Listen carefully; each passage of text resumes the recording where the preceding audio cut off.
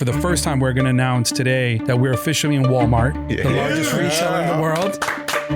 Let's go. And we will send you a free pair of shoes. Brady was getting $75 million for this event from the Saudis. You think Tom Brady got $75 million? 100%. Jeff Bezos raising $100 billion to focus on manufacturing and robotics and AI. And what's fascinating about that is cash.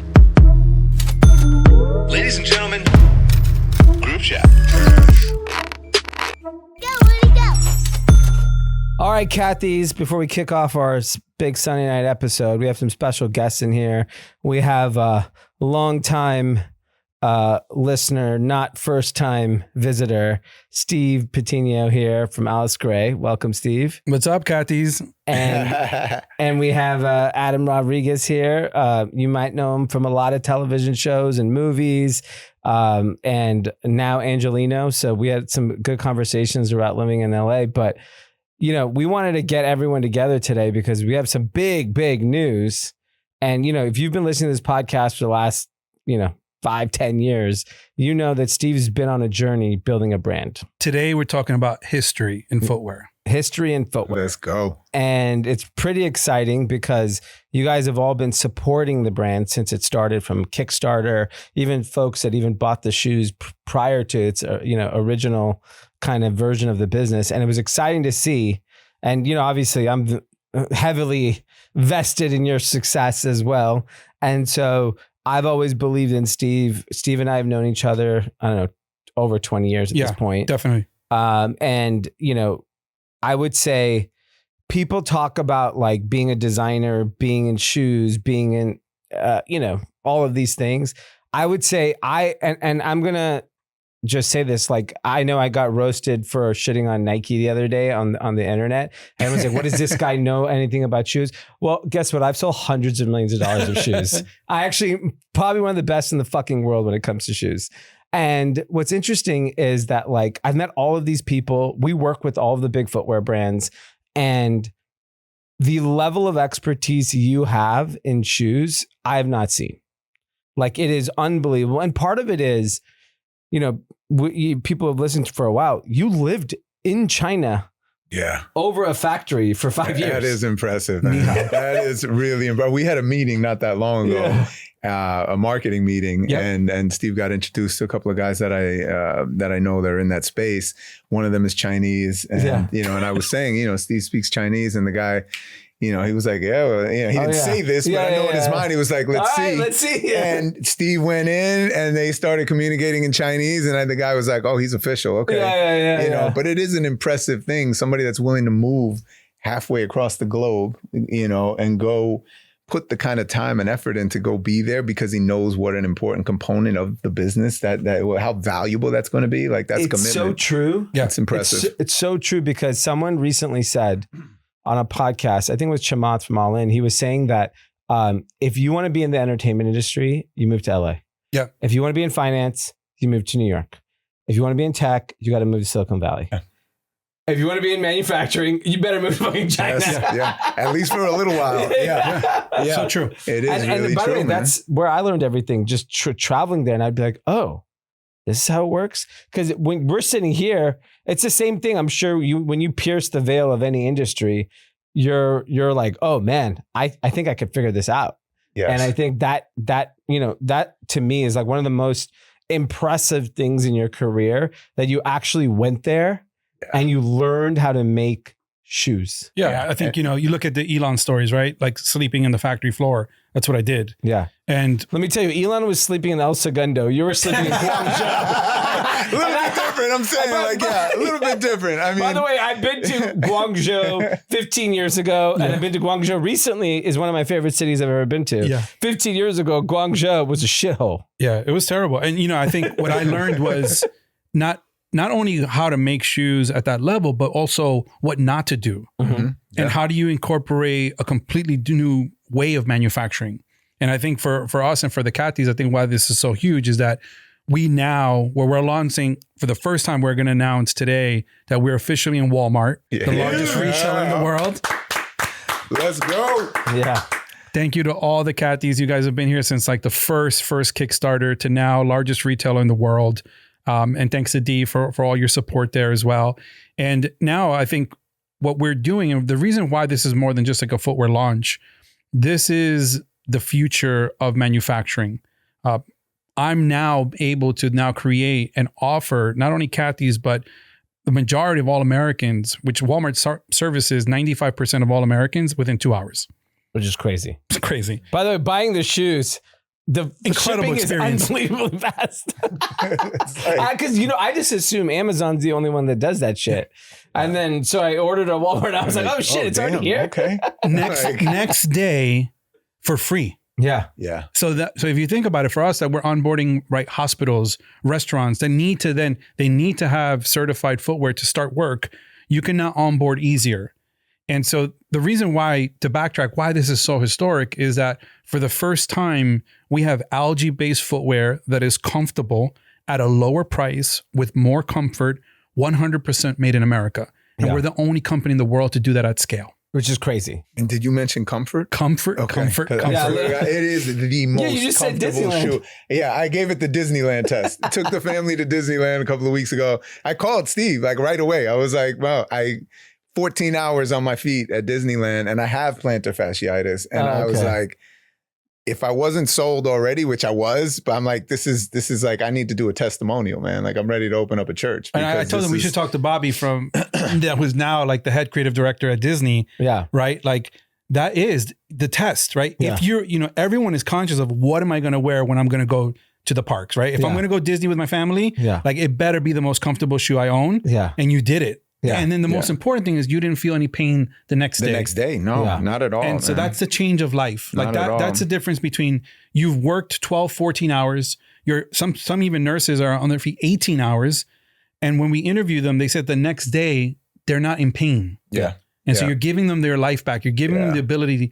And the only reason we've been able to unlock that is because of local manufacturing, zero tariffs. We're a completely vertical organization. There's zero overseas carbon emissions, and all of that savings on the sustainability and the cost saving side goes back to the customers, go back to the Catties. Yeah. That's what I saw. That's what I learned in 30 years. Yeah. This shoe is a breakthrough in American innovation in footwear history. Yeah.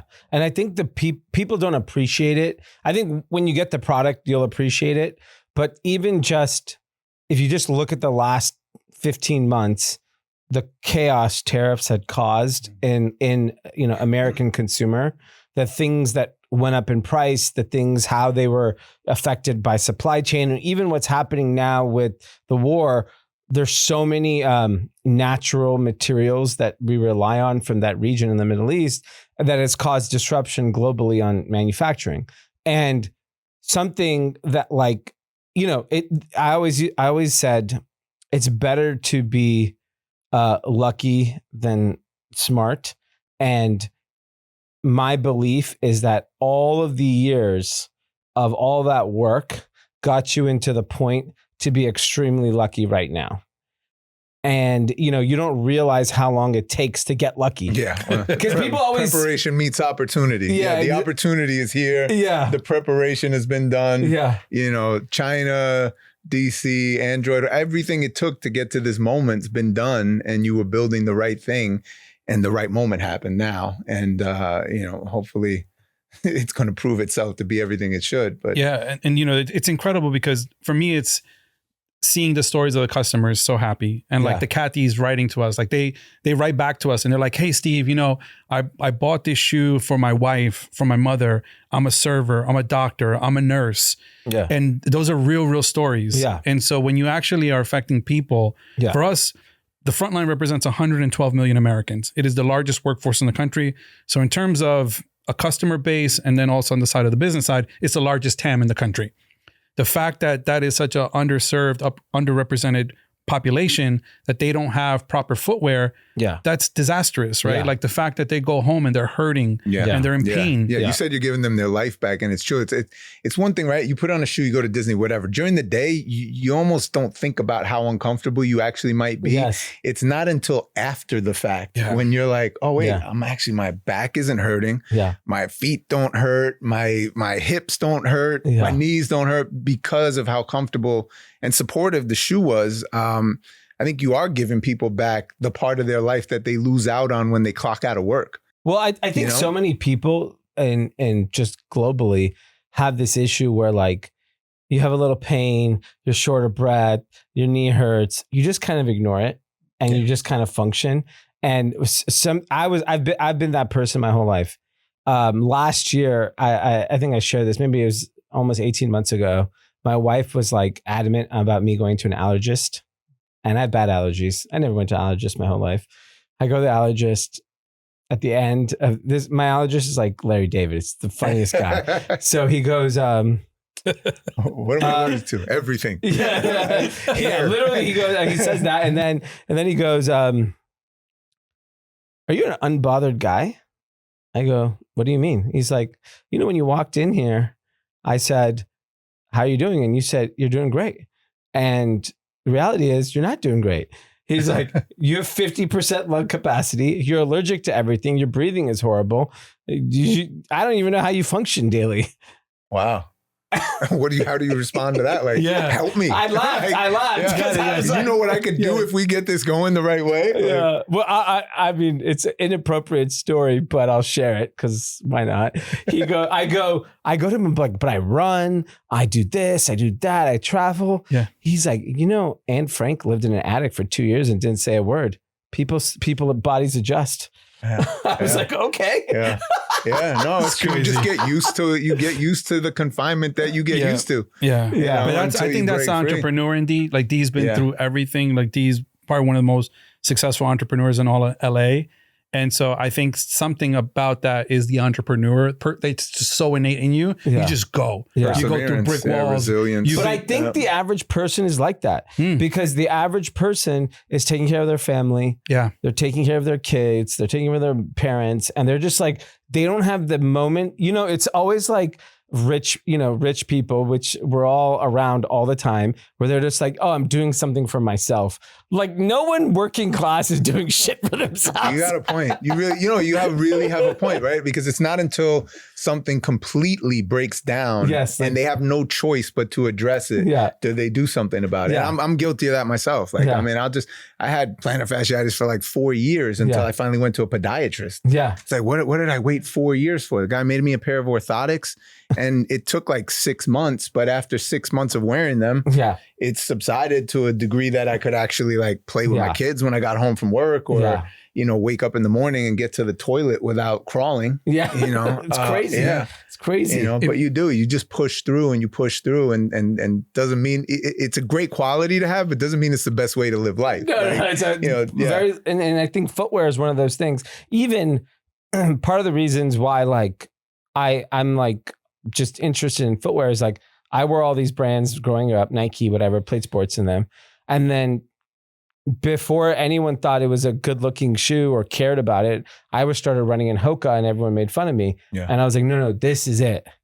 Yeah. I've been running races and my feet hurt with every other shoe except this shoe. And I think it made such a big impact on me as a runner. And I think I spend only how much time running? Very little. Yeah. I spend so much time walking around my office, sitting, flying, doing all these other things. And I don't care what shoe I wear, which is crazy. And I think that's how I would, I think in the healthcare profession, you're starting to see comfort footwear. You see them wearing running shoes and more comfortable shoes, probably the last 5 years, but it's still not the best shoes. It's not meant for that. You see, what happens is that people think, okay, I want a comfortable shoe, so I'm on my feet, but the way that you're moving laterally is completely different than when you're running. And so running shoes are made on metal rocker soles. So the shoe is made to propel you forward. That's how they're falling and slipping and actually getting hurt. And so what we saw is that you're wearing the wrong shoe. And then also there's a lot of bodily liquids. And so you're wearing a mesh shoe and now you have urine, you have blood on you and other, which I won't mention, right? It's disgusting. Right now, the data shows that shoelaces have more bacteria than a toilet seat. Yeah.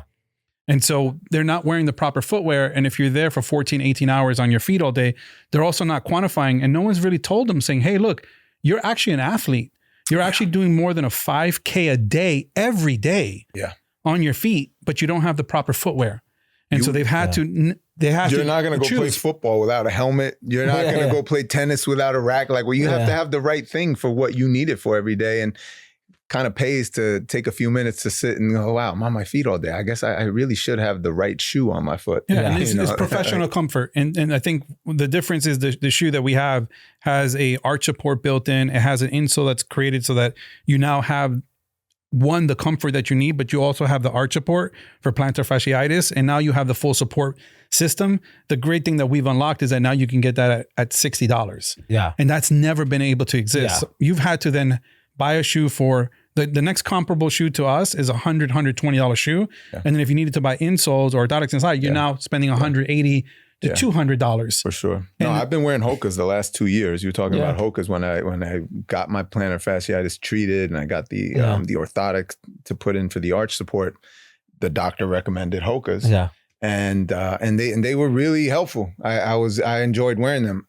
I got a pair of this new line, the Pro 3. And I haven't taken them off my feet in 2 months now. And I my Hokas actually just threw out one of the pairs the other day because I'm just not wearing them. I have no intention of wearing them again. What's crazy is just from running, I wear them because you told me you should wear them after you run. Yeah, for recovery. Huge difference. That shit's real. Yeah. It's really real. And the thing I think that the most fascinating thing is like when we started kind of this journey of getting into Walmart, we looked, and I mean by Ghost team and you were looking at the market and you realize really high quality footwear that served this purpose did not exist in mass retail at all, which is crazy. Yeah. Because the 112 million people you're talking about predominantly shop at mass retail. Correct. Right? They're not shopping at specialty like Road Runner, the running store down in your neighborhood, right? Yep, exactly. They're shopping at mass retail. And Walmart being the biggest, when you walk the footwear wall at Walmart, it's price, there's value, but the comfort, the quality is not there. And then you add in comfort, quality, and then price. Yeah. To me, the price is the look. I mean, if you look at this shoe compared to what I've seen in that category, you got like a vibe, so it's different. It looks cool. I don't know if everyone else pulled that off. I think they can do it. You just got to find your way. You know what Walmart said to us was, they're like, Steve, what you've unlocked is comfort, safety, and recovery. Yeah. And that triple combination has not been available at mass retail at this price. Yeah. And that's why this is so historic and 100% made in USA. Yeah. And so that's really the benefits of that is just so powerful. I didn't really consider it, but I mean, even just what you're saying in terms of cleaning these and keeping them clean and sanitary for that function, it's like, it makes a lot of sense. Because the formula is closed cell. So all you literally need is soap and water. You don't even need any other You don't need a else. solvent or anything. You just wipe them off in there. Yeah. And then you're back. You're back to work. It's amazing. So live at Walmart. Huge. We want all the Cathys to come support on Walmart.com. What do we got? We got a deal, right? Yeah, of course. I wouldn't be here without you guys, without the Cathys. So we're doing a BOGO, buy one, get one free. This is we're going to do it for 1 week. So this is limited. Any Cathy that purchases an Elastigray Frontline Pro 3 on Walmart.com, just send us a screenshot at Elastigray and we will send you a free pair of shoes. So you have 4 colors to choose from. There's also exclusives on Walmart.com, new colors like the blue, the cloud blue, the recycled pink, the tan. You can pick any of those 4 colors. And then when you purchase it, just send us a screenshot and then we'll send you either a black or the new white recycled pair. And so you have those options. Amazing. So $30 a pair then. Insane. Which is ridiculous. Yeah, beat that, man. I don't really buy anything. And so when I actually have to buy something, I'm shocked at how expensive things are. I'm the same way, bro. I mean, I expect to get free shit at this point. So like, I'm like, I'm like a D-list actor. So like, I expect. I get it. I'm like, I expect to get some free shit. And then like of the times I have to go buy like a pair of shoes, I'm like, fuck, man? Who the hell buys these for this price? Yeah. No, you can't beat this price, man. Yeah. I mean, it's crazy. I mean, honestly, it's a steal. It literally is. It's a crazy price, man. I mean, for what just you out get. of curiosity, Adam, you obviously invested in Steve. Yes. Obviously, you know, investing is not like your full-time profession, but you felt, I don't know, what did you feel? I'm just curious because like there's always people that like invest in things passively, and like it, to me, I tried to do it for a while and I realized it wasn't meant for me. It's just like it is work. It's not just writing a check. 100%. If you want to win, it's not just writing a check. It is a rare thing to do anything passively and succeed at it. Yeah. And so, you know, I've made a lot of investments in the past that were passive, and you know, most of them I did not do well for that reason, because it wasn't something that I had a hand in guiding. And through the course of those investments, I mean, I learned a few things, and we were talking about one of them earlier, which I think is, you know, you have to bet on the right horse. Yeah. You know, that person that is carrying the company on their back and pulling it forward has to be somebody that is capable and passionate and really has everything that it takes, which is so many things, you know, and you have to be able to identify them in your gut and believe in them, but it has to be somebody that's going to go to China and live there for a long time, not a week. This wasn't a week trip to learn Chinese and learn this business. There's a level of commitment that you have to see. And I saw that in Steve, and I know Steve a long time. Steve and I got introduced, you know, easily 20 years ago, if not longer than that. I'm 25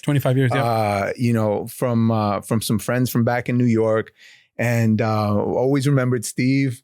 And, you know, really, I got to say, actually, it wasn't until recently that I realized, you know, all that Steve had accomplished. You know, I knew him as Sneaker Steve, but I didn't understand really, you know, the kind of accomplishments he had made in the footwear industry until more recently. And we reconnected. You know, Steve had actually reached out to me to get in touch with somebody else. I said, "What are you up to?" He started talking about it, got my interest right away. Yeah. We sat down to talk. This is the last iteration of the shoe. You know, so this was, you know, we're going on a year and a half, 2 years ago, probably. Correct. And I loved what he was doing. And the thing that really clicked for me, the thing that has been a passion for me, that is where I haven't wanted to be passive as an investor, is investing in things that really address the frontline workers of this country. You know, I've invested in several companies that really have that customer in mind. You know, the person that is essentially and sadly invisible to you know, to most people. And yet they are the majority. And I want to serve that customer and that person because I closely relate to that. You know, from other aspects of my life, and, you know, and I've been able to go on and have a career doing what I've done, but I have not forgotten where I've come from. And I feel like, you know, anything that's geared towards making life better for the people that make life better for us, that you know, that we, you know, whether it's intentionally ignore or just don't see because we're so caught up in the moment, but these are the people that make the wheels go round. And so this shoe spoke to me in that way.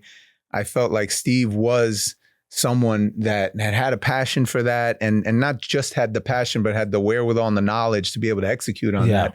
And I wanted in. I wanted to be involved financially and to you know, to contribute whatever else I could in terms of, you know, bringing the company forward and making it as successful as it can be. Yeah, it's incredible. Steve's got a community of people rooting where you're close. Incredible. Well, the thing is like I you know, my business is distribution. Like that is all I care about.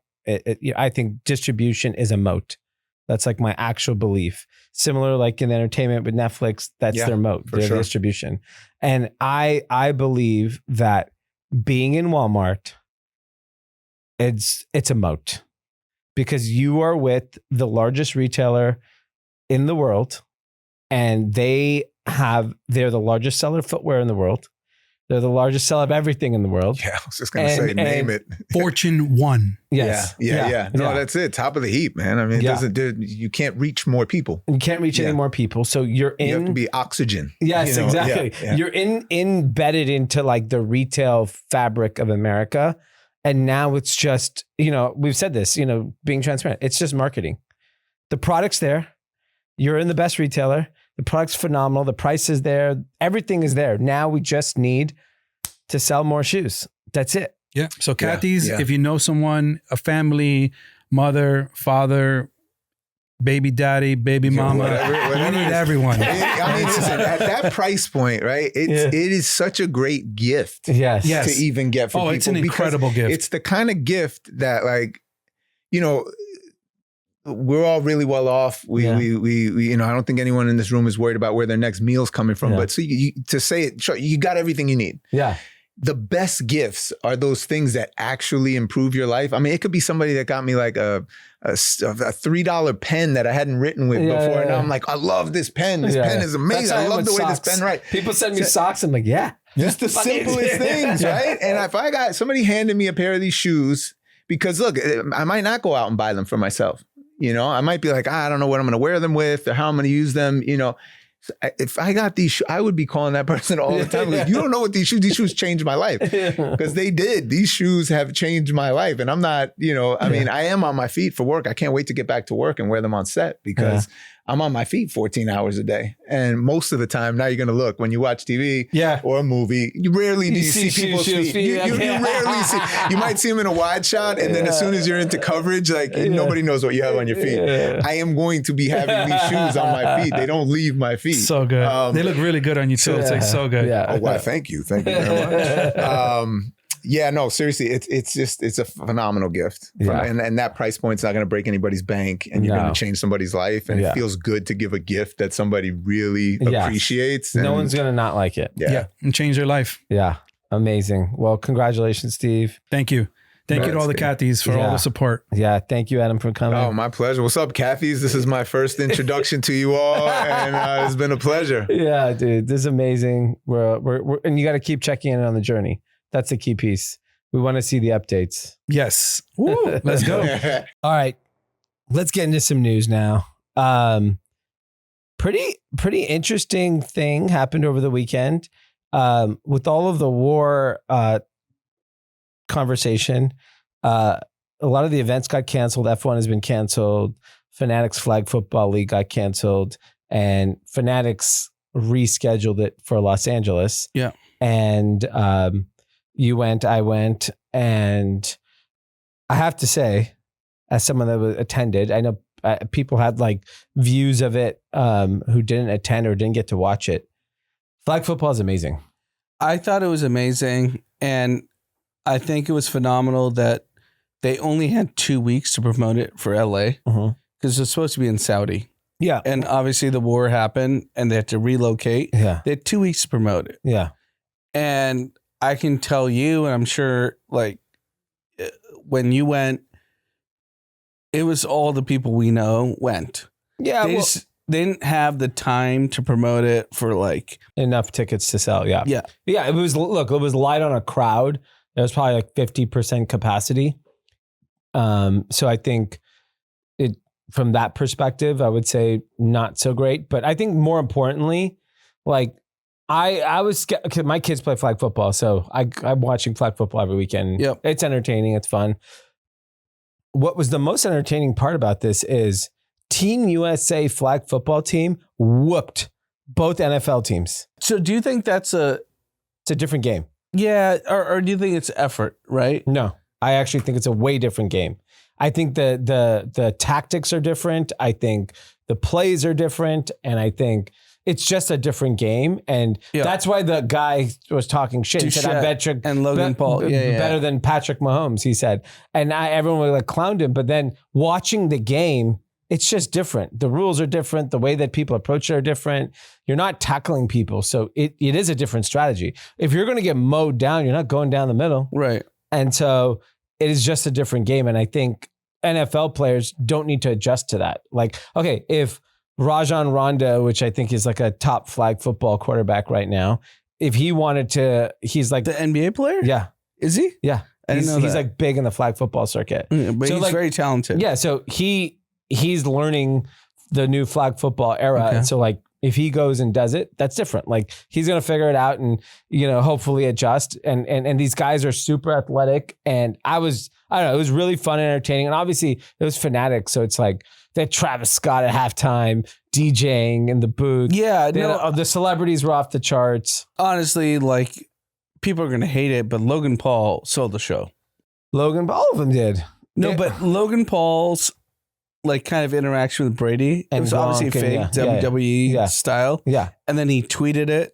He goes, I beat Tom Brady. Then he did a video and explained how Jalen Hurts is going to get cut from the Eagles because I beat him. Yeah. I mean, you know, he's so good. Yeah. He's a wrestler. He gets it. But it's impressive that, I don't know, I think if you're going to do this kind of event, you need a Logan Paul character. Yeah. I think he sold the event, to be honest, him and Brady. Yeah, him and Brady. Brady, obviously, I think Brady obviously has ownership of the league or whatever it is. So Dave Portnoy tweeted this, that Brady was getting $75 million for this event from the Saudis, but it wasn't supposed to be in Saudi. Yeah. So now it was in LA. So what do you think the haircut is? The money's been sent, bro. You think you got paid? 100%. I know the Saudis were in the stadium. You think you're going to get these people to come anywhere and say, oh, it's net 30? But Kevin Hart, here's the thing. Did Kevin Hart not get his check?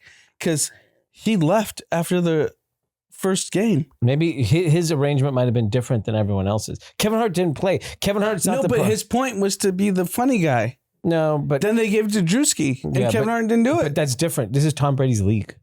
It's clearly his event. They position it as his event. So you think Tom Brady got $75 million? 100%. There's no doubt in my mind. He got that wire in advance. That's your problem. Force majeure. Yeah. Whatever. You got paid. Good for him. Yeah. He's collecting checks left and right. He's amazing, and he looked great. And he threw the TD to Diggs. So we got there early because I took my 5-year-old. He's like, I want to see Tom Brady warm up. And I was like, I don't think I'm going to warm up. Of course, the only person warming up was Tom Brady and Jalen Hurts. No one else was warming up on this side of the field. Right. And so on his team, at least. And then the other side, Joe Burrows and those guys were all playing. But like, very fun event, very well done. Yeah, they'll fix the format. Yeah. Well, the thing is like, I think the more important thing is just like, flag football is real and it's going to become very, very popular. It was fun. Yeah. From what I saw, it was fun. And they actually tried. I know you left after, before the third beginning game. of the third game. The third game was really fun because that's when Logan and Brady it was the two were NFL teams, they were actually Team playing. USA wanted to win. They wanted to prove that they're the best team.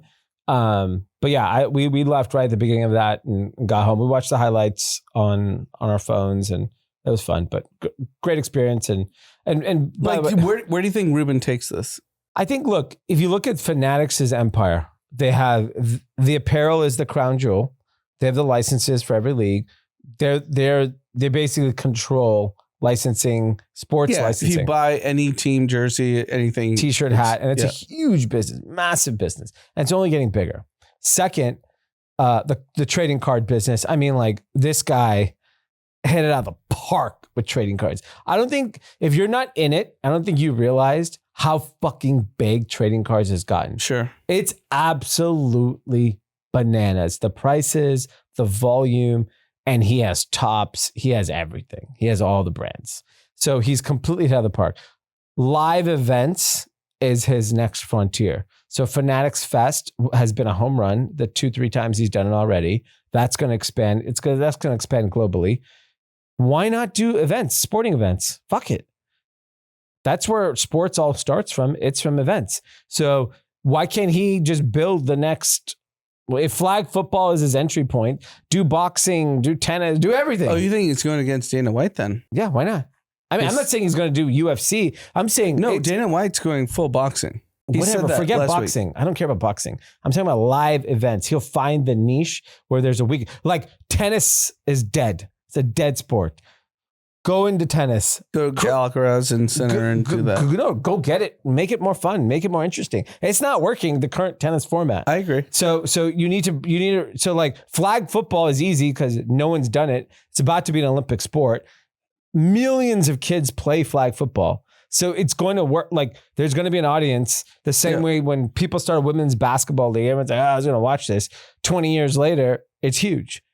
Flag football could be that. We all are so addicted to football. You give us football in April, we're going to watch it. Yeah, I think it's also like pretty easy to hack. I think Logan created the event, in my opinion. Obviously Brady. Yeah. But it's Brady and Logan. Yeah. I know Saquon and Jalen Hurts are all superstars CeeDee Lamb, Yeah. Devontae Smith. They're all superstars. But what did we see the clips from? It was Logan Yeah. and Brady. That's it. Yeah. And Gronk. Yeah. 3 guys. Yeah. So if you can find that in any... Well, yeah, you just take them. They're it. If Tom Brady's clearly a partner in the league or whatever they're doing, Tom Brady's a part of it. He's going to look like that for another 20 years. And it was told WWE. I mean, when Brady and Logan got in their like fake altercation, it was told like Brady threw the ball at him. Mhm. Logan checked him. They laughed. They hugged. Yeah, it was great. It was amazing. And I think it just goes back to, one of the things that we've been talking a lot about recently has been around the just the explosion of youth sports. And it's why these live events are getting bigger and bigger, because more and more children are participating in every sport, volleyball, tennis, basketball, whatever. They're all getting popular. And there was a stat that came out in the Wall Street Journal that Dick's Sporting Goods success most recently has been driven by more than 8 million families spending $500 or more each year at Dick's Sporting Goods. Right. And I think the stock's up 176%. 140%, over the last 5 years. Yeah. And as someone that takes my kids to Dick's, which sounds pause, and go to the store, that store is so built for youth sports. Like, you want a helmet? There's 50 helmets. You want a bat? There's 500 bats. Right. You want a batting glove? And it's not like, I don't recall what, like, I think we used to go to Big Five. They would have a small selection of stuff. But now you want cleats, there's 30 cleats. You want whatever the sport is, the selection is incredible. And what's interesting is like, I didn't realize, like, subconsciously how good the marketing is for all of these products till recently. My oldest was playing baseball, and he's went around the dugout and was checking out everyone's bat. And I was like, what? I mean, I don't know, bat brands are popular or whatever. And he goes, that's the bat I want. And I was like, whatever. I didn't look at it. I just kept walking. Today, when we were driving in the car, he saw a billboard. I think it was for a musician, but it said Icon. And he goes, that's the bat I want. Icon. That's the ad for my bat. I'm like, no, that's like some music album that's coming out. And he's like, no, I want Icon. So I go look at this fucking bat. It's like $400. Yeah. And so I was like, you're not getting this bat. I'm like, I told him, you hit a home run every game this season, I'll get you the bat. Every game this season, you get home. He's like, I can't hit a home run if I don't have the bat. But it's so when you look at Dick's Sporting Goods, $500 seems crazy when you think about like what the grocery bill of the average American is in a year. $500 at Dick's Sporting Goods is actually crazy. But when you break it down, it's like, if you look at like what else you would be spending money on if you didn't. It's a lot of fucking money. Yeah. But like kids, you'll go buy an iPad and buy the games and you'll spend $1,000 on games. And what value, physical health value does your child get from playing games? And so it's an interesting dynamic. And what I realized, sports, and I've been sharing the journey of me being a parent at sports. I get it now. I always used to be like, oh, why do all these parents spend all this money on sports? It's just fun. It's good quality family time, and it's really, really fun. I actually do not believe that 99% of the people there think their kid is going to play professional anything. I think there's a small faction of people. I think, at least in our little bubble, everyone's like this. Oh, we get to go to a hotel. We get to go somewhere. We get to travel. Yeah. It's the same thing. Cause like today, very similar. My oldest has gotten into chess the last 6 months. And so I'm at a tournament fucking every weekend. So I'm like travel chess basically. And you're talking about 9 hours at a chess tournament. Parents, kids, whole families there. It's no different than a travel sports league. What's interesting is it's the same exact dynamic where there's clearly parents who this is like, they have to win. And there's a lot of people there that know it's just a good experience for their kid. So I'll push back a little bit. I think obviously it's incredible experience for your kids. Like Dom doing chess, amazing, competitive. I think parents, from what I hear, obviously like Mav is a he has his own like leagues that he does, but I see from Vivian and other people, parents are nuts, even at 4. Yeah, no, look, but that's fine. Let them be nuts. It's still fun. They like it. Isn't it the best thing that you get to spend time with your children and you're passionate about it? I literally made honestly, this morning, Viv has AYSO at 11:30. Yeah. And I'm with Mav, and I was like, I have to go see when she plays. Yeah. So 11:30 to 12 is like kind of league. skills shit, and then 12 to 12:30. And Amanda was like, "Why are you coming?" And I brought Mav. I was like, "I want to see her." Exactly. So that's you're validating my point. It's fun. Yeah. It's literally fun. It's so fun to watch kids play sports. Even we go there early to the park to watch other kids play. Yeah. The same thing when we were children. We would go early to watch the early games. It's just fun. It's entertainment. And by the way, there's nothing bad happens from getting sun outside. No, Fucking of zero. course, it's great. And that's why I think it's like, now I'm a big believer of it. And I think everyone should participate and try to engage your child in some sort of activity. But I think it gets out of hand pretty quickly if you're. No, that's ultimately, but like if everyone's having fun doing it, because like, think about it. Do you know anyone that played competitive sports growing up and regrets it? Do you know anyone? Who has amongst your friends said, I hate my childhood because of sports? You don't know one person. I promise you. I could say a name. Okay, so my point is you know maybe one person. Yeah. Okay, we grew up with everyone around us played all the time. They all loved it. It's their fondest memories of their childhood. Yeah. No, I mean, look, if the kids love it and the parents love it, great. Yeah, I think in most cases they do. Does it get intense? Of course. By the way, everything is. If you don't do this, you do chess, it's intense. If you don't do chess, you do dance, dance is intense. I'm gonna give an example. One of your very close friends, 3:40 a.m. wake up call to get to a dance competition. Yeah. On a Sunday morning. Yeah. But they like it. It's fun.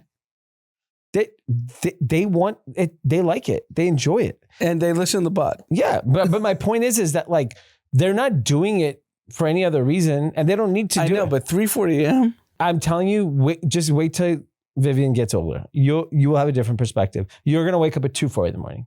Okay. And you're going to do it. I mean, I've done 4 a.m. for Mav. So yeah. So why wouldn't you, right? You're going to do it and it's going to be fun. You trust me. It's magical. You're going to love it. Whatever their passion is, it doesn't matter, but it also shows, I think the bigger takeaway is that all of these physical IRL things are getting bigger, way bigger.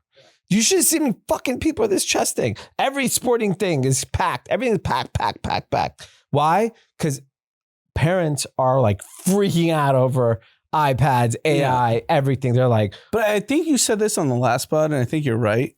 It's not cool to be on devices when you're young. No.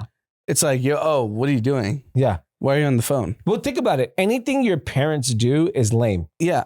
And what do parents do all day? Sit on their devices. Yeah. So like if you're a child, I think that's right. I think that's right. Same thing would happen like when Facebook happened, when all the boomers went on Facebook, it died. And if you see a 13-year-old and you look at a restaurant and everyone's heads down on the phone, you're like, that's lame. And that's what's happening. And I think you're right. Yeah. I think I actually do think there's a reversal. Hopefully. Yeah, I agree. The other actually a really interesting thing talking about AI, Anthropic 10 days ago put out a certification that's available to everyone. It's a 2-hour test. Some people say it takes roughly 10 weeks of training to potentially pass this test. But the idea is getting certified in the usage of Claude. It's primarily focused around technical talent. And so the idea is like, if engineers don't know how to use Claude to grow their, code base and their kind of productivity, then they shouldn't be in this field anymore. So they launched it. I believe it's free, and they are out in the market, and Deloitte and all of these consultants are basically forcing a lot of their engineers to use it. But what I think the bigger opportunity is, if you are an engineer or thinking about being an engineer, this feels like a slam dunk to get this certification because it just shows that you actually have the chops on AI that other people don't. I think, and it's free. Yeah, It's not even a money grab. I think we're in this like very weird inflection point with AI. So at the Tom Brady thing, I was with one of our friends that is very senior at DeepMind. And he's like, it's complete chaos.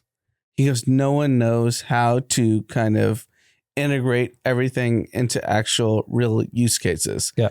And he says, even within Google, you know, you have like all these G Suite like products. Yeah. And he's like, Well, it's just happening too fast. yeah. And they don't know how to integrate it yet. I get that. And the coolest part about it is, I mean, he definitely listened, so I'll say it. He's like, Sergey's dialed. Yeah. He's in the fucking Slack or whatever, Google chat. Yeah. He's like fucking firing at people. Well, I think Larry or Sergey was in Miami and they showed up to an open claw meetup this weekend. One of those two was, I saw a picture. I don't know if maybe it was Sergey. Literally showed up to an open claw meetup talking about AI. Like these guys know. And it's the same thing. I don't know if the other big news on Friday night, Jeff Bezos. Yeah, $100 billion fund. He is coming out raising $100 billion to focus on manufacturing and robotics and AI in manufacturing. And what's fascinating about that is, 15 months ago, Trump put all these tariffs and everyone said, we don't have the manufacturing base to like reshore everything in America. I think what happened in the last year, AI and robotics got so fucking good. The fact Jeff Bezos coming out of his cushy ass life to go and do anything is insane. All the greats did it, right? Yeah. Sergey's doing it. Larry's doing it. Bezos is doing it. Yeah. Elon never left. Yeah, he's not leaving. And Travis came back. Yeah. With Adams. Yeah. That's robotics. Yeah. Yeah. They don't see it. Yeah. And I think what Bezos is basically saying, this is why I'm so bullish on like what's happening in AI is if Jeff Bezos comes back, and he, by the way, he's going to raise $100 billion in 5 minutes. Yeah, 2 seconds. 5 minutes. He's going to raise the money and he's going to figure out manufacturing in America and it's a wrap. If that happens, we are completely independent. Then from a political standpoint and geopolitical, and you're no longer reliant on anybody. Yeah. We're so reliant on China and Taiwan still. We're so reliant. But in the next decade, if we do not need the resources of other countries, it's a fucking wrap. It is literally, it is prolonging the American dynasty in another 250 years. I mean, there's no doubt the best entrepreneurs in the world are Americans. Yeah. Regardless of race. Yeah. They're all here. Yeah. They're domiciled here. Yeah. I think the more important thing is just like, a lot of people, like Ray Dalio would always shit on like the empire is over. O'Leary. Yeah. A lot of people shitted on America saying the empire is over. When what AI and then robotics basically for me prolonged the empire for much longer. And like even over this weekend, I got approved for Waymo for freeways. Oh man, Waymo still is buggy. Like I've had some, I take it every single day now. I've had some buggy rides, cars not stopping for me, not pulling over, and whatever. It's still a little buggy, and if you're not a patient person, it could be a very difficult ride. But like the glimpse, and this is why I think Waymo should be mandatory to take if you live in a city to give you hope. I also think the Tesla auto driving. I don't know if you've been in a car ride. Mm-hmm. So I was with our friend Avi, who listens to pod. It's insane. Traveling. We went from LA to Long Beach. Yeah. And he was on his phone the entire time. Yeah. The car was driving. Yeah. The entire time. Yeah. And I was like, is this real? Yeah. But that's my point, is that like most people have not experienced AI and robotics. That's why I'm so confident when people actually experience it, it's going to be such a life-changing experience. And it'll change the mood of the country too. Because Yeah. then the optimism comes. Yeah, because I I forget who said this. They were like, "There's not going to be like 10 unicorns, but there's going to be 50,000 $10 million companies." Yeah. And that's great for the world. Yeah, I mean, that's what I've been saying since this whole AI thing. I said everyone keeps talking about job displacement. I don't believe in job displacement. I think 1 million startups are going to happen. Everyone's going to start businesses. It's made it so easy. Like, and this is why like I push everyone to use these tools, because then you start realizing what you have in the palm of your hand. Anyone could do fucking anything. All right, we're moving on. There was a interesting post the other day on social media around the movie industry in LA. And damn, we should have talked about this with Adam. It would have been perfect. Would love to get his perspective. Basically, someone mentioning that he's been in the industry for 25 years, not as an actor, but like I think, in the trades. And he visibly sees the lack of production in LA and just the lack of work fundamentally shifting the entertainment industry in LA. And, we have a lot of friends that are in the industry, and like, it feels like there's clearly a shift happening. And, we talked about Ben Affleck. He sold his AI company last week. Mm-hmm. And there's this whole movement of like, AI will displace some of these jobs. And then I talk to people who are also in the industry and says, yeah, AI is going to make all of our jobs so much better. We're going to make way more movies. We're going to make way more TV shows. And I think if you take the more optimistic approach, there is going to be more work. The problem is, specifically in Los Angeles, there's an industry of people that edit, that cater, that Sound, production, whatever, sound, that those jobs are actually more affected than the creatives, because what AI is telling you, there's a place for creatives. If you're creative, you're actually a superhero now. So Hail Mary, which is Gosling's movie, I watched it. Yeah. Amanda and I went on Friday. Long ass movie. You'll never watch it. Never. But it's done, I think, over 100+ million. You saw Anand there too, right? Yeah. Yeah. So I saw How do you Anand know today that? at chess, and he was like, he's like, nah, terrible movie. Yeah, him and his wife Anna, who's a good friend too. Yeah. They didn't like enjoy it, Yeah. but we enjoyed it. And to the point is like, stars will be stars. Yeah. Like that movie did 100+ million Over the this weekend, weekend because Gosling is in every scene. He's the whole movie. Yeah.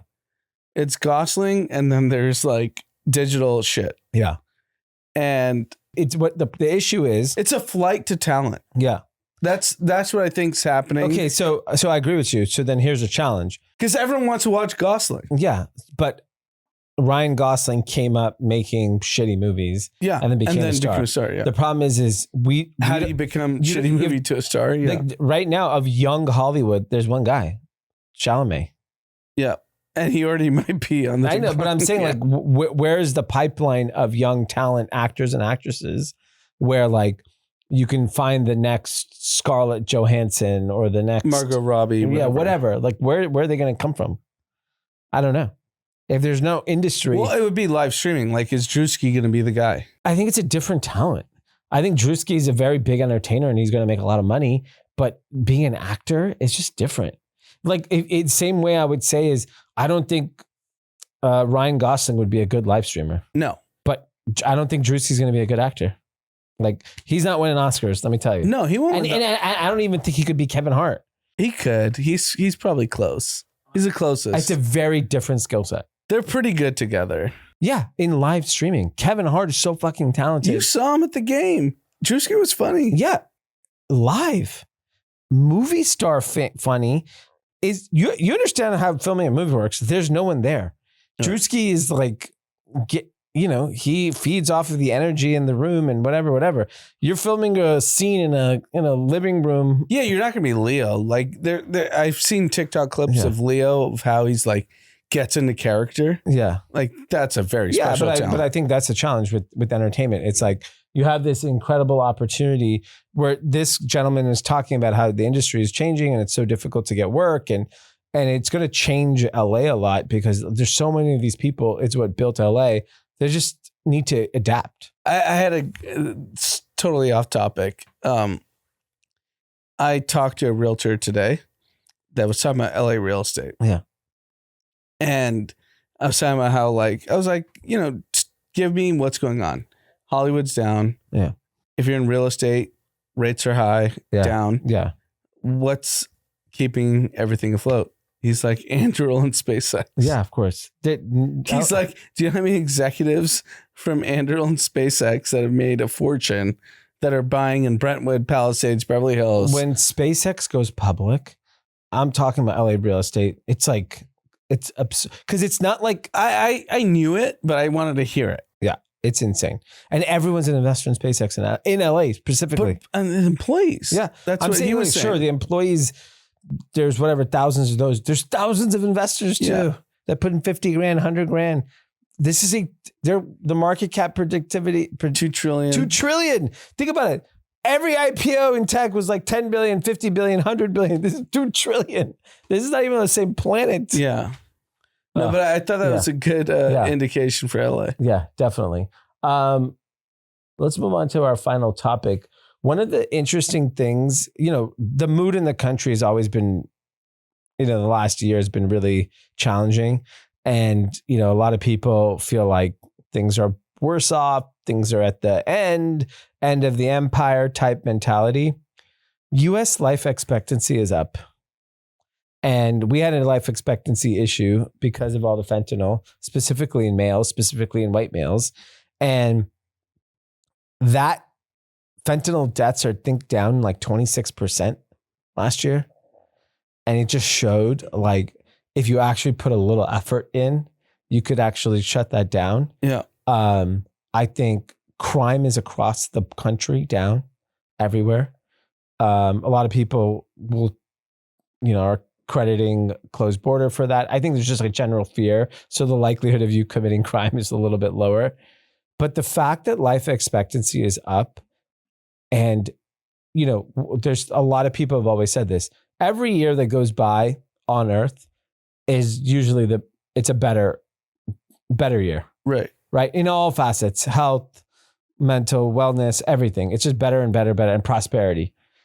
But like you ask the average person, they don't feel like that. They take for granted how much better our life is than previous generations. And life expectancy is one of those things where it continues to keep climbing. And we all know, given the breakthroughs that are happening in science, it's probably going to explode. Yeah, I think GLP-1s went to generic last week. Yeah. And in places like India, where there's like a massive obesity problem, Pakistan, massive obesity problem. When it's $5, and then GLP-3 is coming around the corner. That'll go off patent in 5 years. And that'll be accessible to everyone. So I think the point is that like the thing, like everything is kind of coming to this point of like, kind of like this incredible apparent life that everyone can have, but mentally people are more down and out than ever. Look, I think really rich people have indicated with their wallet what they are concerned about. Because I think the GLP-1, GLP-2, 3s, whatever you want to say, you can be healthy if you choose to. Yeah. If you choose to, you can be healthy. Yeah. That's your decision. It's your decision. Like, and now GLP-1 off patent, everyone has access to it. And, we have a plastic surgeon friend that said body sculpt, the tummy tuck people falling off a cliff. Yeah. You don't need it. Everyone's you can just get GLP-1s and whatever. But my point is, I think with the billionaires, here's like the next phase of this GLP-1, 2, 3. And it's pretty well known in medicine. I only know this because of Mav. Like everyone's figured out heart attacks, fat, diabetes, all this shit, strokes. No one's figured out the brain. Yeah. And all these billionaires that are getting in their 50s that are like, I can live till 90, but I'm not going to be cognitively competent. They're not talking about 90 anymore. 90 is over. No, but 120 is where they're at. Sure, 120. I mean, Trump said he's living at 200. Yeah. I saw you said that yesterday. Yeah. But the point is, they've not figured out the brain. Yeah. So all these billionaires are investing in the brain. Yeah. So like Fred Ishram has a company called Nudge. Yeah. Coinbase founder paradigm crypto fund, made billions and billions of dollars. I mean, Elon's always ahead of everyone. Elon, what is he worth? 250 billion? I have no idea at this point. 850 billion. No, Go look at Elon. he's not worth 850 billion. SpaceX is not even. You're going to get everyone DM on Elon's net worth. 852 billion according to Forbes. What's the assumption of SpaceX? Nothing. Dude. What's the assumption of SpaceX? His fortune is primarily driven by the ownership in stakes like SpaceX, Tesla, XAI, and his wealth is approaching 1 trillion. I need a counter D. Sorry. SpaceX isn't even public, so it's not. But you're saying that's like saying Sam Altman's worth nothing. So that's wrong. That's a wrong statement. What's Tesla worth? Tesla's like 1.5 trillion. Okay. And he owns what? 20% of it. Yeah, that's not. Okay, that's 300 billion. His stake in SpaceX is worth more than. He will be worth $1 trillion. No, okay. Well, you're wrong. I'm telling you, he's worth 850 billion. What is your point? He's helping the brain. Don't ever fucking talk down on Elon. I don't. I think he's incredible. Yeah. But my point is all these billionaires, this is completely counter to what you're saying, is they all figured out like we can extend life on all these other causes, but you can't figure out the brain. So all investing in the brain. That's why Elon does Neuralink. Yeah. That's why Fred Ishrum's doing Nudge. Brian Armstrong. But you have to first be skinny so you can focus on the brain. Yeah. That's the first step. And I know Sergey Brin, he's putting in privately like 300-400 million in this world. Yeah. They all know, like, we can live to 100, but if you're stupid, what's the point? Yeah. I agree. But Elon's worth 850 billion. Tell me your valuation marks to tell me he's worth 850 billion. 1.5 trillion SpaceX. That's everyone knows it. Morgan Stanley's put it out in the world. That's what it's going to go public at. He's not worth. He will be a trillionaire. It's public. Everyone is posting this all the time. He's worth 850 billion. It's on every. He will be worth $1 trillion. Okay, well, I'm telling you, because he's worth 850 now. So that's only a 15% jump. So it's no big deal. Anyways, all right. We have a couple comments from the YouTube. First one is from @Anand's Burner. I kind of miss Zach. No, that was a lie. Number one Zach hater. Anand's Burner. Anand is hating on Zach. I love Zach. Okay. I saw him last weekend. You're not getting the joke. I'm not. Someone made a YouTube account called Anand's Burner, and he's a big fan. Yeah, exactly. You're Love you, Zach. He listens.